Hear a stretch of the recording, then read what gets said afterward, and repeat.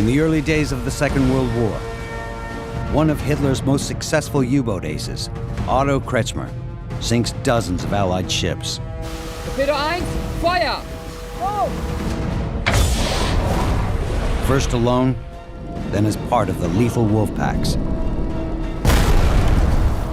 Until a fateful mistake Abtauchen, Männer! Abtauchen! threatens everything.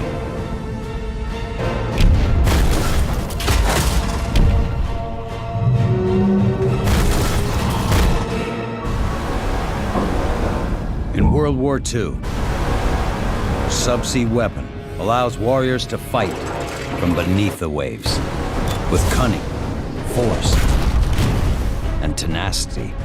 Their enemies strike back. Revolutionary, but still sometimes primitive. It's a desperate bid to change the course of war. Their stories are legend.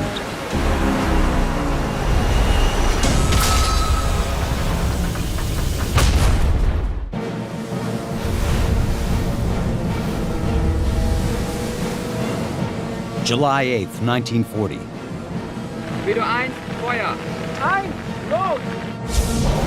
Nazi U-boat U-99 has sunk an Allied merchant ship just south of Ireland.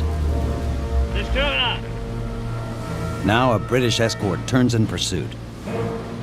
When you attack the enemy, you are the hunter. Abtauchen! Abtauchen, Anscheinmänner! And as soon as you get attacked by the escorts, you are the prey. The crew of U-99 performs a dive to escape.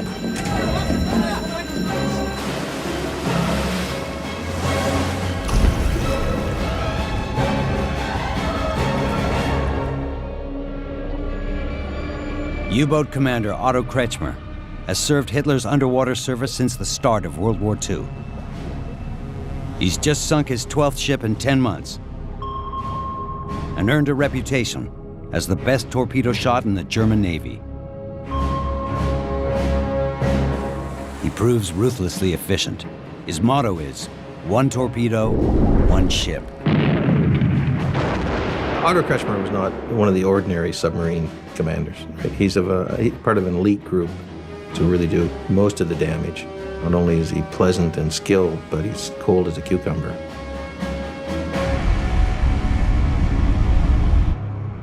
It's only Kretschmer's second patrol aboard the recently commissioned U-99. He and his untried crew face an explosive initiation.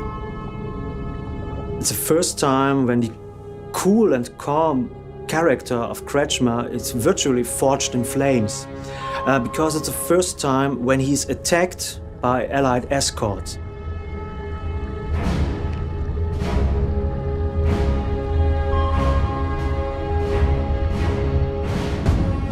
The warship that hunts Kretschmer is one of Britain's new Flower-class corvettes. 205 feet long, with a displacement of 940 tons. It's been adapted from commercial whalers to hunt submarines.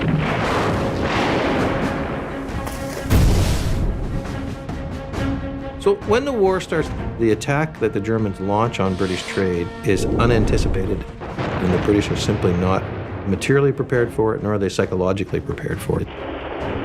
And the Brits have to adapt their maritime preparations to deal with warfare that they just are not ready for. Just after 8 a.m., the Flower-class corvette launches underwater bombs called depth charges.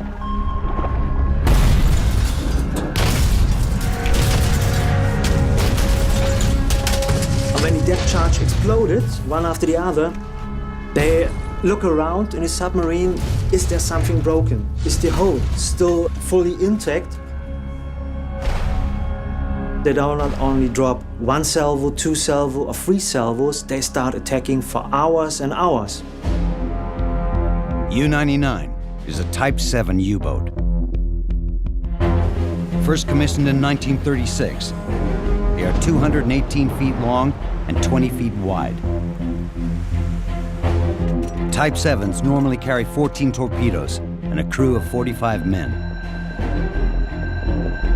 Germany produces more of them than any other submarine. The Type 7 U-boat is actually a bit on the small side. It's developed from the so-called UB submarine, one of the smaller submarines of the First World War. It did have significant seagoing capacity. More than 700 were built, based on its relatively simple and inexpensive design.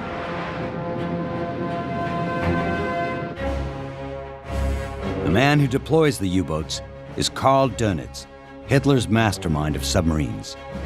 I think the best way to understand Karl Dönitz is he's a consummate professional submariner. He lived, breathed, thought submarines all the time. Dönitz launches his U-boats to key shipping routes in a bid to strangle the British Isles. This became the core strategy of the German Naval Command, to cut those lifelines, those maritime lifelines, fighting the convoys, starving Britain into defeat.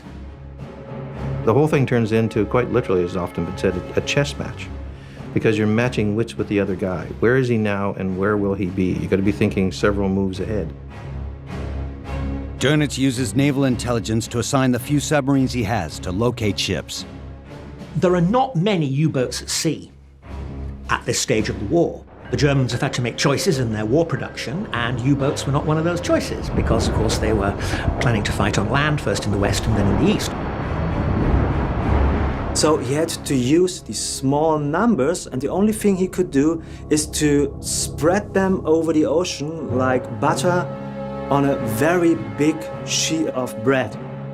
Therefore, in the first stages of the Second World War, they were still fighting like in the First World War. One submarine on one patrol on its own.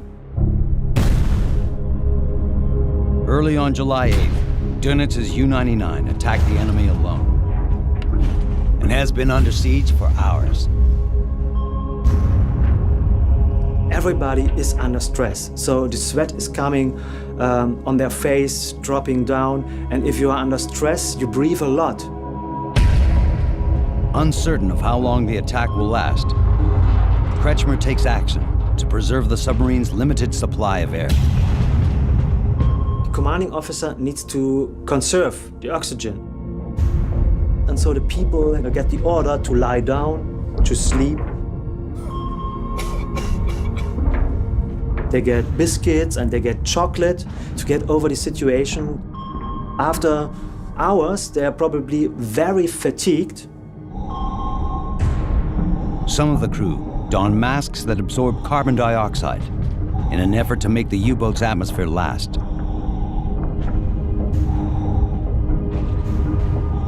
It's almost impossible to imagine what these people felt in this very moment. It must have been horrendous.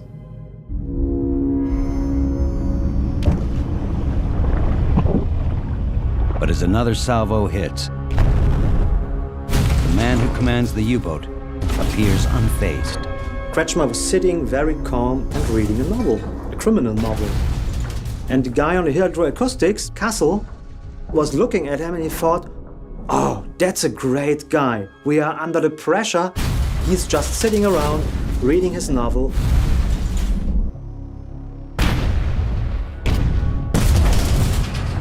After some minutes, Castle again is looking at him and he realized the book is upside down, so he can't read, and all the time he did not flip any page. So Kretschmer in this case was a brilliant military leader. I can take the time to just read a novel, so you could keep calm too.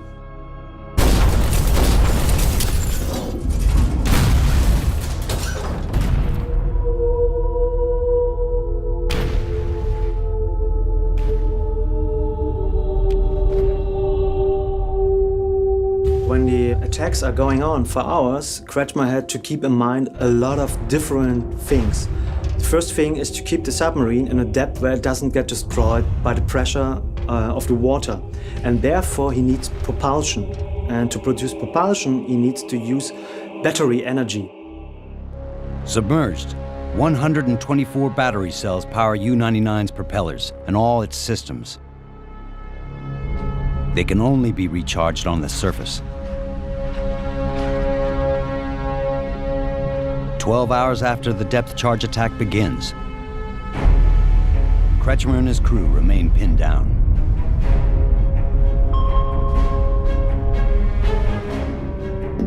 Kretschmer is told by his engineer that he's running low of battery fuel. So, Achtung Leute, wir werden einen Kurswechsel vornehmen. Auf 207. Kretschmer must make a move, or U-99 will be lost to the sea.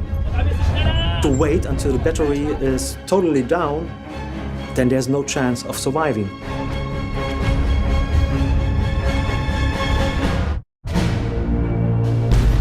During the 12 hours of depth charge attack, U-99 has been cruising just fast enough to maintain a constant depth to conserve power. To keep his submarine moving, he needs the propulsion, and therefore he had to use the battery fuel in an efficient way as long as possible to keep the boat on moving for propulsion or for operations. Weiter runter und den Kurswechsel nicht vergessen auf 270. Auf geht's! Noch mehr! As his batteries die, Kretschmer risks the last of his power on a course change in a final bid to escape. Kretschmer and his crew try to evade by zigzagging, changing depth, and the likes. More than 14 hours after the attack began, the sound of enemy propellers fades. And then they had the information that the escorts were moving away. U-99 survives 127 depth charges. Männer, bereit machen zum Auftauchen. Battery fuel was extremely low and oxygen was nearly disposed, and therefore he had to get up.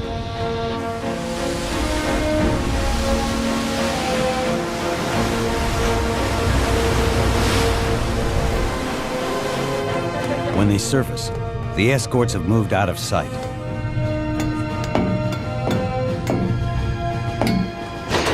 It is said that the air is yellow-greenish, and the author of one famous novel about Kretschmer, he explains, looking like the death leaving the submarine.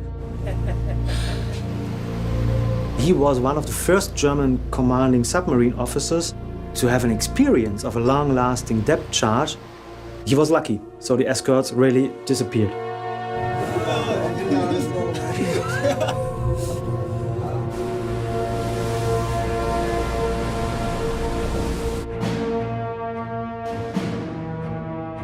To the east, the man in charge of Germany's U-boats gains a critical win. Hitler's troops have invaded France. Dönitz can use its Atlantic ports to launch his submarines. After the fall of France in 1940, the Germans suddenly possessed new bases ideally suited for attacks on the British convoys in the Atlantic. Before that, they had to send out their boats from their bases in Germany, which meant they would spend a lot of fuel for traveling to and fro those operational areas. And so now, in France, the boats had considerably more time for actually hunting and fighting the Allied convoys.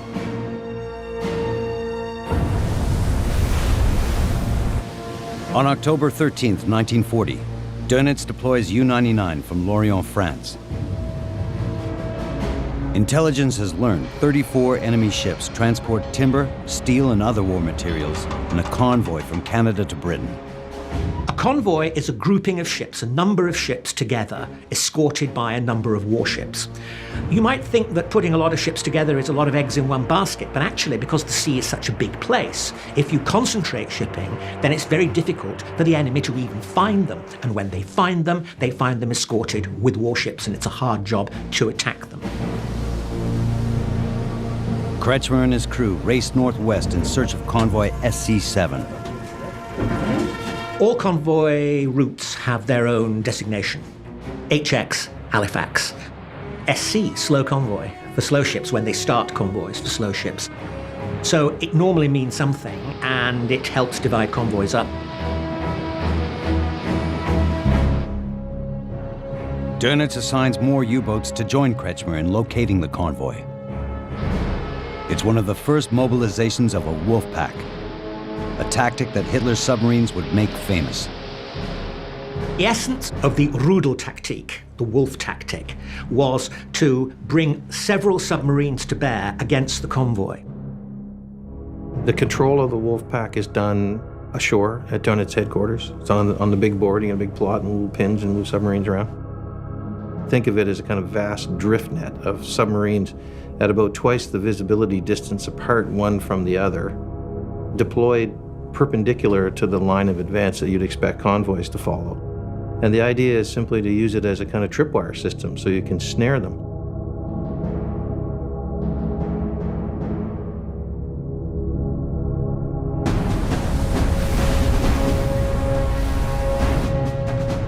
Another submarine to join the hunt is U-100. The U-boat is commanded by Joachim Schepke, friend and rival to Kretschmer and U-99. Schepke and Kretschmer were among the first to complete Dönitz's elite submarine training. 13 months into the war, they rank among Hitler's U-boat aces, cunning men driven to sink Britain's ships. The number of aces in the U-boat fleet is never very big, and they do most of the heavy lifting. If you look at the success rate for German submariners, about 3/4 of the tonnage is sunk by like 20% of the captains, because they're prepared to take things right to the edge. But can these lone wolves hunt as a pack?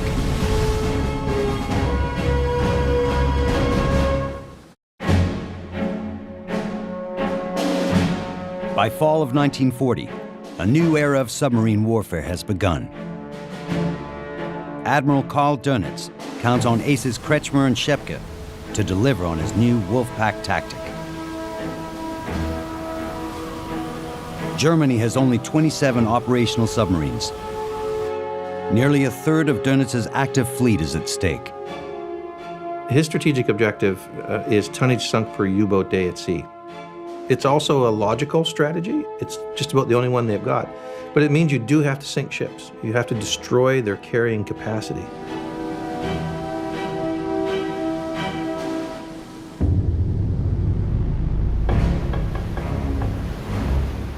Attacking a convoy presents the perfect opportunity.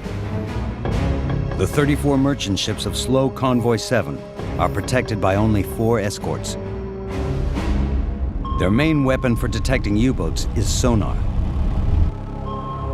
an active pinging system also known as ASDIC. Echo bearing green 20, drawing right. ASDIC was invented towards the end of World War I. It uses sound pulses called pings to search the ocean for submarines. The big innovation in the fall of 1918 was the introduction of an active acoustic location system developed primarily by the French and then shared with the British. So what you have is that stuff you see in Hollywood movies where a sound goes out, it hits something and it comes back, and you measure the distance, and that gives you some idea of how far away the object is. It was the key to the existing anti-submarine tactics of the Royal Navy. A submerged submarine, in fact, was vulnerable. But the biggest drawback is that it doesn't work against surface vessels. And when a submarine becomes a low, hard-to-detect surface vessel at night, it soon proves to be a very dangerous enemy indeed.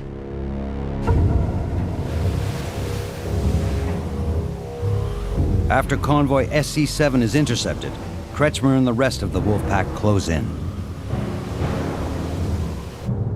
And then the order would be given that at the right moment in the dark of night, you're free to attack. And then the pack would come in.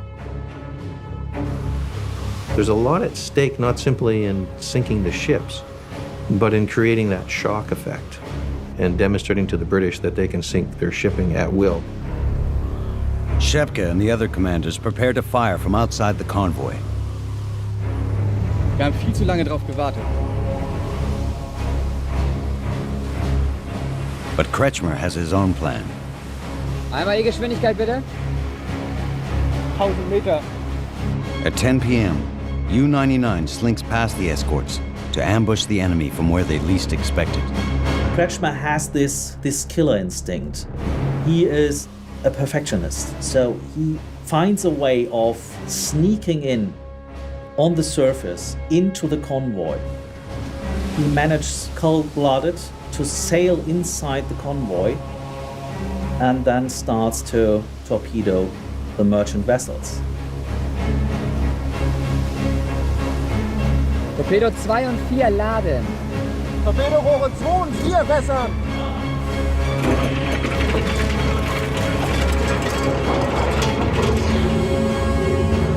Torpedo Feuer. Los!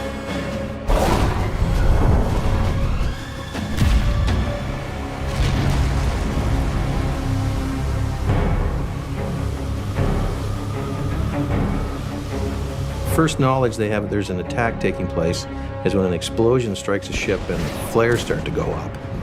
Then the escort has to react. The Allies target the convoy's perimeter, where the U-boats usually prowl.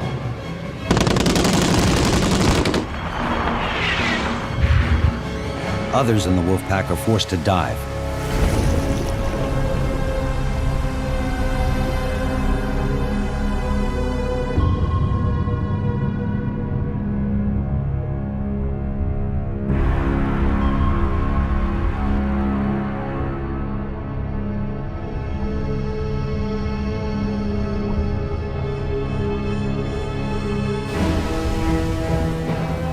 But inside the convoy, Kretschmer stays on the attack. Torpedo 1 und 2, Feuer. 1 und 2, los!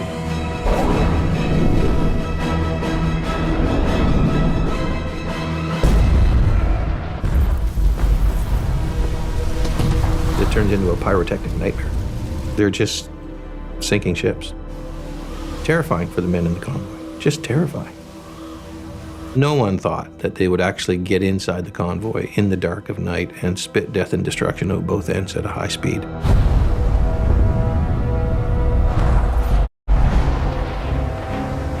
In the early hours of October 19th, U-99 fires the last of its 14 torpedoes.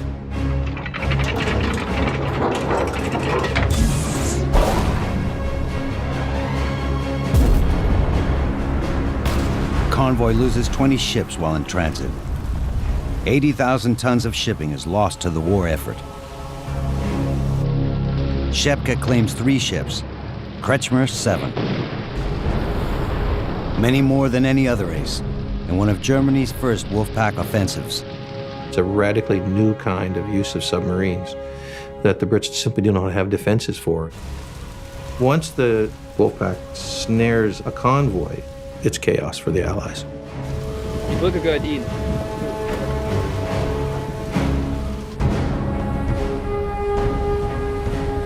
A few days later, U-99 docks to a cheering crowd. Kretschmer and his fellow commanders are celebrated as idols. The German U-boat aces were used by the German war propaganda, of course, as propaganda heroes. You can almost like them to the pop stars of their days. In any war, it's very much the same. You need heroes. You need successes to raise the spirit of your own folk. In Britain, war strategists raced to thwart Germany's new U-boat tactics. The British Empire's a maritime empire, and it relies on shipping. Now that's a strength because it means that the British can access the world as far as supplies are concerned. But on the other hand, it means Britain must control the sea. The Royal Navy reassigns warships guarding the British coast to the Atlantic to protect convoys. It must not allow the enemy to deny it the use of the sea. Efforts are also underway to apply a new technology called radar, radio waves used to detect enemy airplanes to the seas. In the process of having to make this adjustment, Britain is being bombed. Ports are being destroyed from the air. The Blitz is being launched. It's a very trying period for Britain.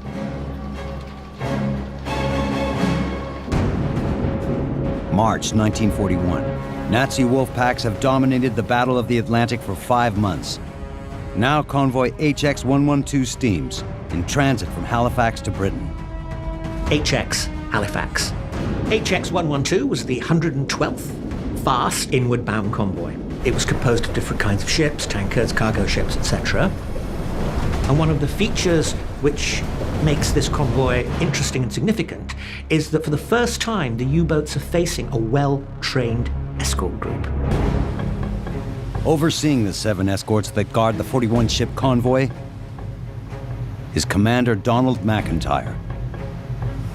McIntyre has proved a shrewd hunter since he captained his first British patrol vessel in 1935. McIntyre was focused on U-boat killing. That's what he wanted to do. He wanted to sink submarines. McIntyre took command of HMS Walker a few weeks before, the lead destroyer in one of Britain's first dedicated convoy protection fleets, Escort Group 5. It was a very risky business, not only to serve on a warship or a merchant vessel, but also to travel the Atlantic. There was also this constant threat of being attacked by a U-boat and facing a gruesome death.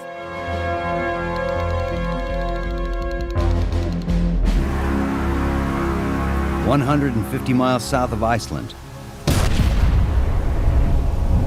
McIntyre faces the first assault against convoy HX-112. A U-boat cripples one of the convoy's prized oil tankers. Critical fuel for Britain's war effort burns. Tankers are always spectacular targets. They go up in huge bouts of flame, and this tanker was no exception. It made a great impact on McIntyre, who said, it was rather a depressing sight to see this huge explosion taking place, and it showed that the U-boats were mounting effective attacks.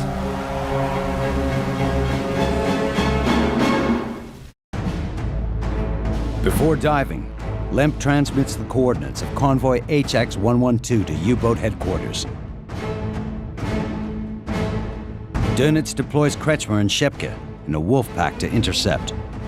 All the first round draft picks, all the key characters are in this convoy battle.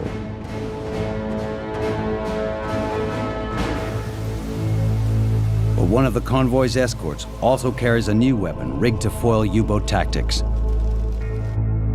McIntyre's warship fleet includes the HMS Vanoc, recently fitted with radar. A technology that allows ships to locate submarines on the surface. Vanoc was one of the first destroyers to be equipped with a radar system. And this was entirely new and a new threat to the U-boats. Now they could be detected at night at the surface. Unaware of this critical development, Germany's top submarine commanders prepare to attack. They have had great successes against poorly escorted convoys. Now the tide is beginning to turn, but they don't know that yet. March 16th, 1941. Having located the convoy, Kretschmer plots his creep into HX-112. U-99's commander scans the fog with prized binoculars made for an ace.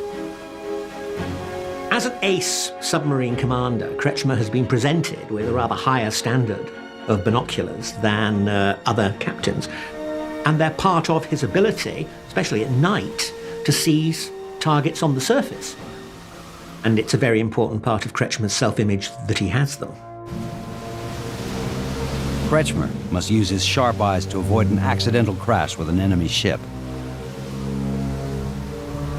The North Atlantic in March is not a very hospitable place, and you get mist and fog and so on, and therefore it's going to be quite difficult to attack.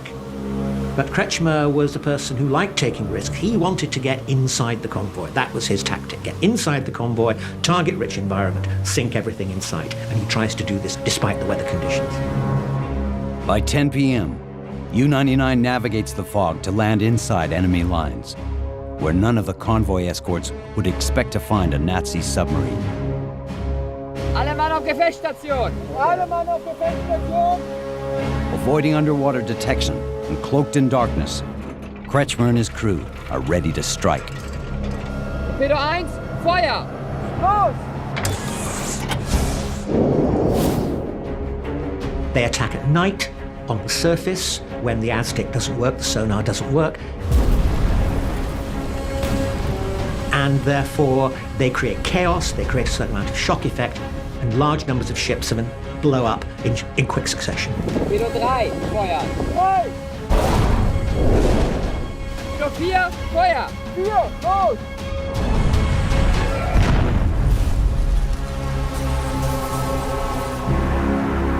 Aboard the lead British escort, McIntyre scans the perimeter for the U-boat that's ravaging his ships. If the escort gets a sniff, it can strike against the pack. It can push it off and maybe get through the night with very few losses. But at 1 a.m., another submarine is detected. McIntyre spots Shepke in the customary position outside the convoy. The British destroyer steams toward its target at 34 knots. Jungs, wir schaffen das. Die schaffen das nicht, die kommen hinten lang. Nearly twice as fast as U-100 can speed. Auf 10 anblasen.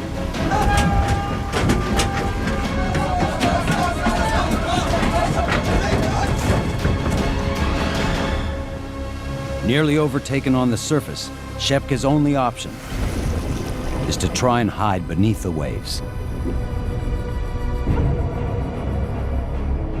In such a battle situation, you can't think for hours and hours over what to do next, and so made this split-second decision to evade an attack by the destroyer by diving.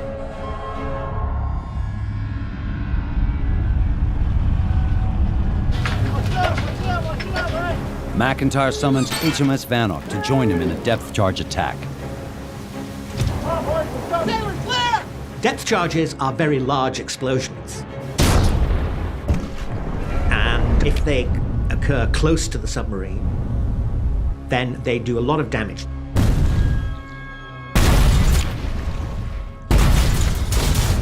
Valves become untied, water leaks in, controls burst, valves burst, all kinds of damages are inflicted. Wir haben ein Leck, ein Leck!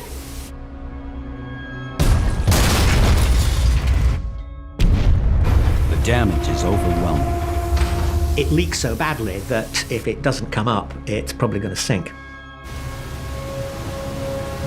On McIntyre's ship, HMS Walker, the sonar operator struggles to ping U-100, with the ASDIC system in an ocean distorted by explosions.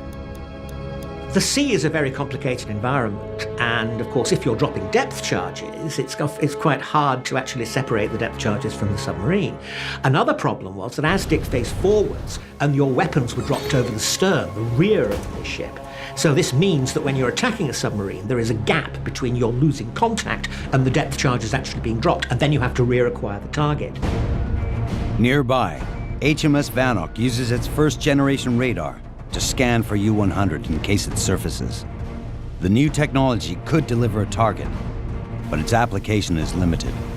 The first radar they put in service is the Type 286, which is a 1.5-meter radar fixed to the masthead. The essential problem with Type 286 radar is the target had to be straight ahead. You couldn't turn the antenna, so you had to point the ship. Just after 3 a.m.,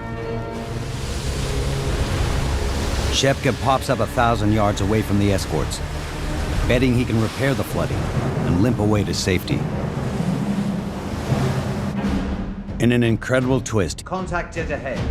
he lands directly in front of the first radar system, able to detect him. If they'd been a little bit left or right or some other place, the 286 on the masthead probably wouldn't have picked it up.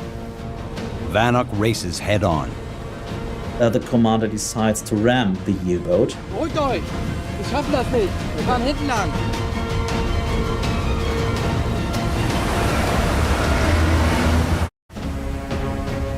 Having picked up a surfaced U-boat on its newly installed radar system, the British ship Vanok resorts to a standard First World War tactic and charges to ram the damaged submarine.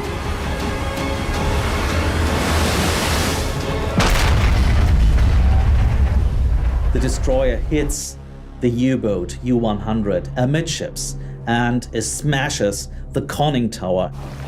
And Schepke is crushed with his legs between the hull and the periscope, is thrown into the water and is killed. And the U-boat is lost.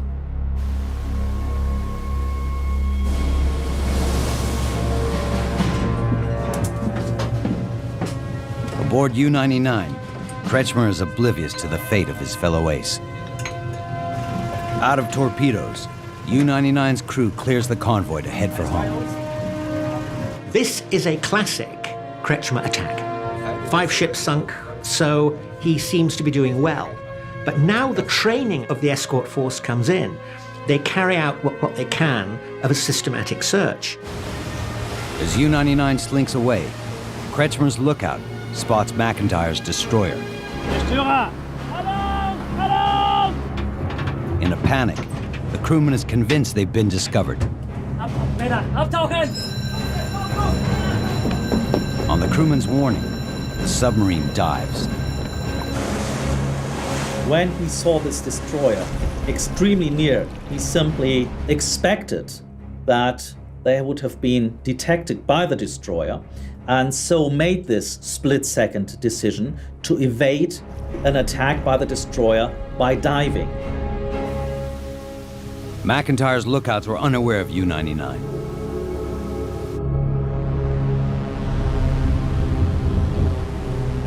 But as the submarine descends, the destroyer's sonar comes into play. They're listening all the time, and they're playing this kind of deadly game of cat and mouse. The sub's down here and he's listening till you ping off him.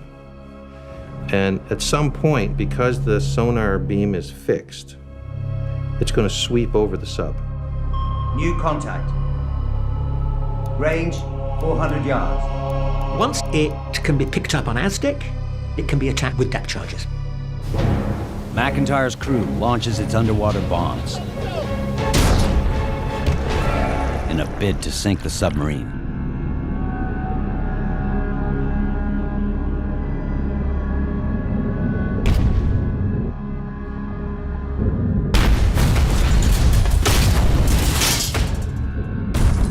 They threw the depth charges and they detonated near the U-boat, causing extreme damage.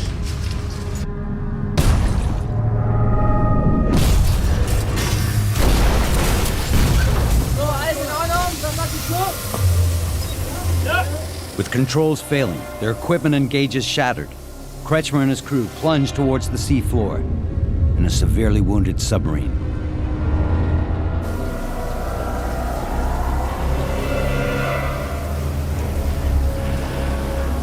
They got 2 options at that point. You blow ballast and get out, or you become a bottom feature.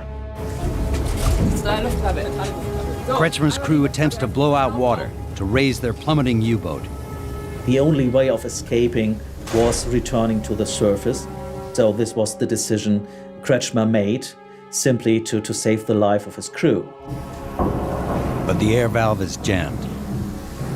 He's forced down. In fact, he goes down very deep indeed. It looks as if the submarine is going to be crushed.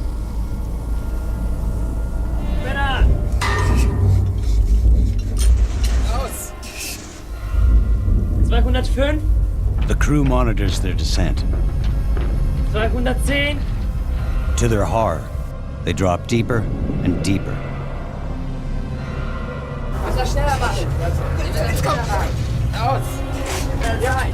20 feet below crush depth, 190.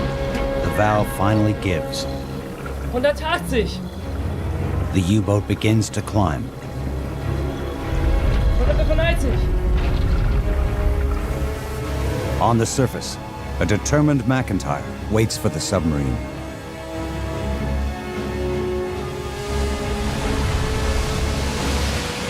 As soon as she surfaces, she's engaged with gunfire.